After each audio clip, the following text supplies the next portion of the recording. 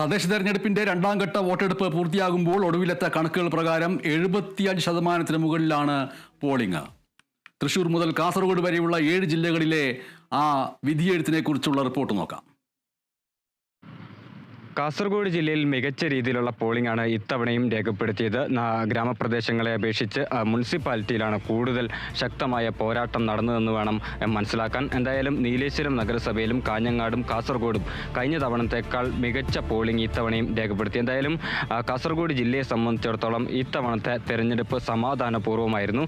ഏതാനും ചിലയിടങ്ങളിൽ voting machine തകരാറിലായതിനെ തുടർന്ന് ഭാഗികമായി വോട്ടിംഗ് തടസ്സപ്പെട്ടു എന്നതൊഴിച്ചാൽ ബാക്കിയെല്ലാം ഭംഗിയായി തന്നെ പൂർത്തീകരിക്കാൻ സാധിച്ചു എന്നുള്ളതാണ് ഏറ്റവും പ്രധാനപ്പെട്ടത്. രാവിലെ SDPI പ്രവർത്തകരും മുസ്ലിം ലീഗ് പ്രവർത്തകരും തമ്മിൽ മീപ്പുകരിൽ ചെറിയൊരു സംഘർഷമുണ്ടായിരുന്നു. പക്ഷേ ഇത് വോട്ടിനെ ചൊല്ലിയുള്ളൊരു സംഘർഷമായിരുന്നു. പിന്നീട് പോലീസ് ഇടപെട്ട് ഈ പ്രശ്നങ്ങളെല്ലാം പരിഹരിക്കുകയായിരുന്നു. കാസർഗോഡ് ജില്ലയിൽ മൊത്തത്തിൽ കഴിഞ്ഞ തവണത്തേക്കാൾ അല്പശതമാനം പോളിംഗ് കുറവാണ്. 3%-ലേറെ പോളിംഗ് ശതമാനം കുറവാണെങ്കിൽ പോലും ഇത്തവണയും കനത്ത പോരാട്ടം തന്നെയാണ് വിവിധയിടങ്ങളിൽ നിന്ന് നടന്നിരിക്കുന്നതെന്നാണ് മനസ്സിലാക്കാൻ സാധിക്കുന്നത്. ഏറ്റവും നിർണായകമായ മത്സരം നടക്കുന്നത് കാസർഗോഡ് ജില്ലാ പഞ്ചായത്തിലേക്കുള്ള മത്സരമാണ്.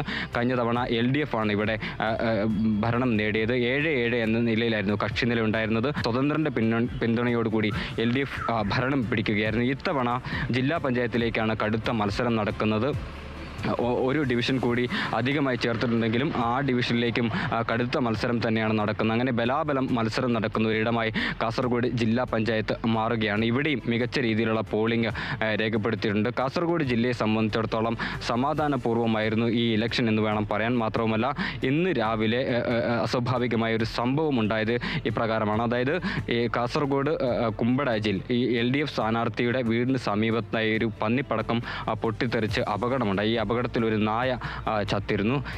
തുടർന്ന് പോലീസ് ഇവിടെ എത്തി പരിശോധന നടത്തിയതിൽ നിന്ന് 3ഓളം നാടൻ ബോംബുകളാണ് കണ്ടെത്തിയത്. പോലീസ് ഇത് വിശദമായ പരിശോധനയ്ക്ക് അയച്ചിട്ടുണ്ട്. ഈ പ്രദേശത്ത് പന്നി ശല്യം രൂക്ഷമായതിനാൽ തന്നെ ഇത്തരത്തിൽ പന്നിയെ പിടിക്കാൻ ഇത്തരത്തിൽ പടക്കം കൊണ്ടുവച്ചതാണോ എന്നുള്ള സംശയമാണ് ഈ ഘട്ടത്തിൽ ഉയരുന്നത്. മറ്റ് പ്രശ്നബാധിത ബൂത്തുകളിലൊന്നും തന്നെ ഒരു പ്രശ്നവുമില്ലാതെ ഭംഗിയായി തെരഞ്ഞെടുപ്പ് പൂർത്തീകരിക്കാൻ സാധിച്ചു എന്നുള്ളതാണ് ഏറ്റവും പ്രധാനപ്പെട്ടത്. Joseph Augustine, Kerala vision news, Kasaragod.